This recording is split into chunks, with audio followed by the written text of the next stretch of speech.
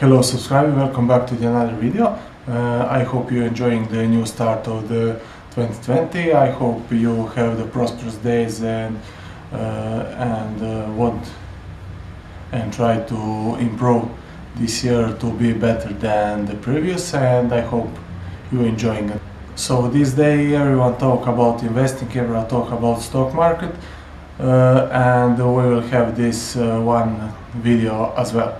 So we will have one interview of famous Warren Buffett where he explained what is true value of stock, because some people just buy stock, just look at the price and do not understand what the intrinsic value on each stock. So we will some video where one of the investors all the time explain what is investing in stock market.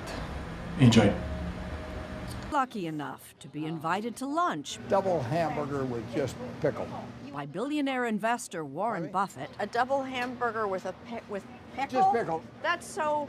Mundane. No! Oh. That's radical. At a shake. Stick with me, Jane. Your eating habits you'll go downhill fast.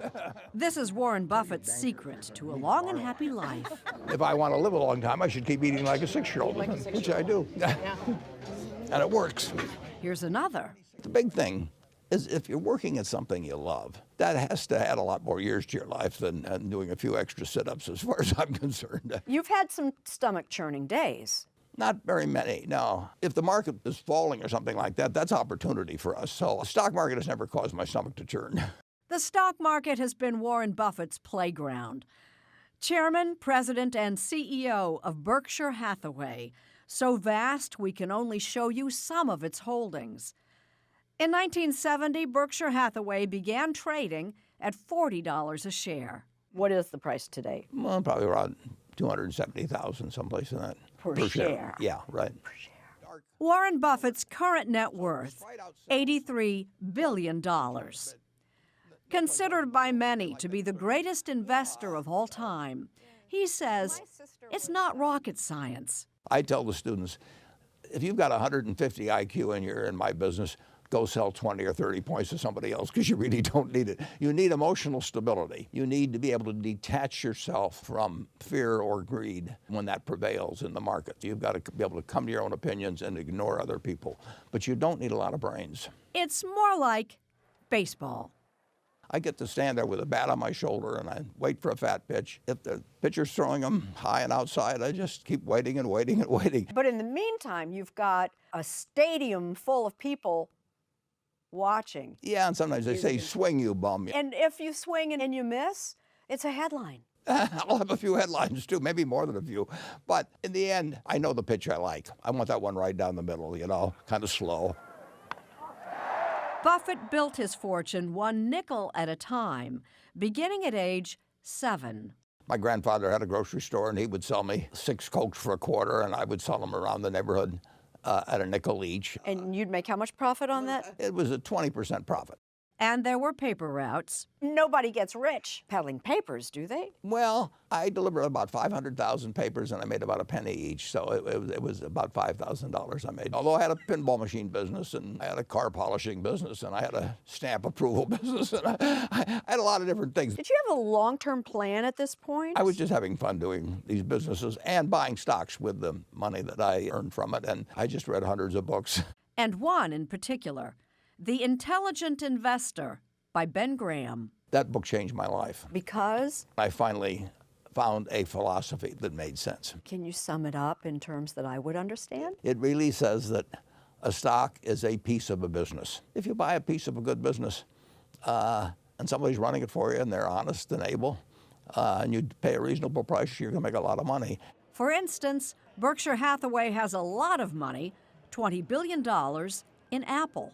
Do you have a smartphone I do not have a smartphone. with you, or you don't own one? I don't own one. I don't need to know things instantaneously. I'm not making buy and sell decisions based on instant news. I'm making them sometimes after I've looked at a company for years and years. When we bought Apple a year ago or thereabouts, it had been something I'd looked at a long time. But think of all the money you would have made if you hadn't looked at it quite so long. That's true.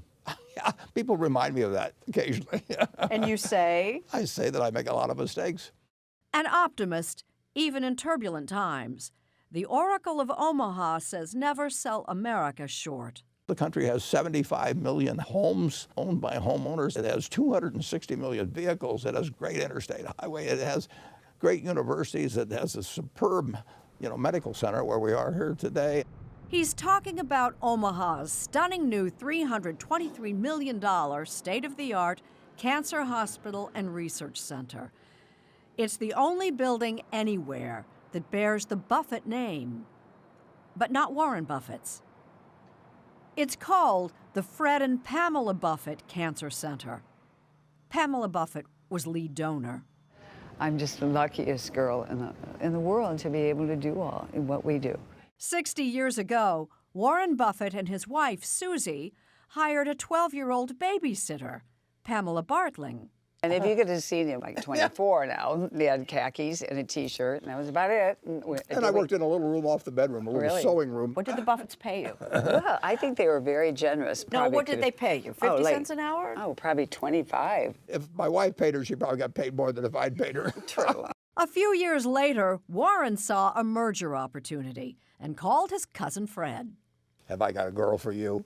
And they took it from there. And Fred was a savvy investor, too. He made a small investment in this partnership I ran back in the 1960s. Berkshire came out of that. Fred held on to the stock. Well, that's an understatement. Clutched it. Note, $10,000 invested in Buffett's original partnership in the 1960s would be worth $900 million today. Fred and Pamela Buffett built a fortune of their own until misfortune struck. 20 years ago, Fred Buffett died of kidney cancer. I see his name up there, representing somebody who loved Omaha, who cared about so many other people. Warren's wife, Susie, a social activist, was Pamela's inspiration. Susie Buffett had a profound impact on my life. She believed in mankind. You're saying she opened your eyes and opened your heart. I think she opened my heart first, and then she opened my eyes. After Susie Buffett died in 2004, Warren decided to give away his entire fortune. Susie made a humanitarian out of you. Well, she changed me in a lot of ways. He's already pledged $31 billion to the Bill and Melinda Gates Foundation. Still a genius at making money. Spending it is another thing. He lives in the house he bought in 1958. You're living in a starter house? Yeah, I'm living in a starter house, and it's a happy house. A private jet is his only indulgence. He says he'd like to be buried with it. But the rest of my life could be lived by somebody that earns $100,000 a year. Which happens to be his salary for running Berkshire Hathaway. You get a salary of what? $100,000 a year. That's what you're paid? Yeah. The board of directors thinks that you're worth $100,000 a year? Well, I don't ask them, actually. Money has no utility to me. That's why I'm giving it away, because it does have utility to other people. I mean, this country is fabulous. I've had this huge tailwind through my life because I've had American business behind my back, and this country works. It's worked magnificently. Overall, the country, our output per capita goes up and up and up. Now, how it gets divided in the last 30 years, I'm not happy with. The Forbes 400 in 1982 had 92 or 3 billion. Now they have 2.4 trillion. So they've got 25 times what they had. The 400 really rich people. The trickle down has not worked very well. It's gushed upward, basically, instead. To the extent that people think our tax rates make us non-competitive in the world, I think they're wrong. What about the argument that you cut corporate taxes, you make it easier to do business, you will grow the economy? American business has done sensationally in recent years.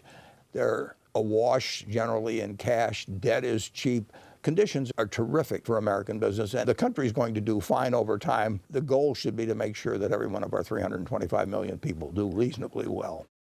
In American history, few have done as well as Warren Buffett, who made the decision to get rich at the age of 21.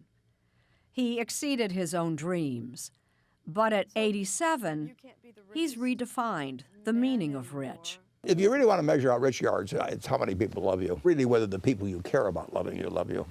See, a great teacher, because that is so true. And that is what I learned as a young person from being around them. Teacher. He'd like that inscribed on his gravestone. I'm not in a hurry to do it, but I... Tell me, what does it say on that gravestone? Well, I'd like it to say, here lies the oldest man that ever lived, actually. But teacher... So that was lesson 4 on Warren Buffett. Let me know in the comment below what's your opinion about these topics, and if you find value in this video, just give me one big smash on the like button and subscribe to this channel. I hope you're enjoying this video. I hope you find some value about stock market in this video, and as always, thank you for watching and have a good rest of the day. Enjoy!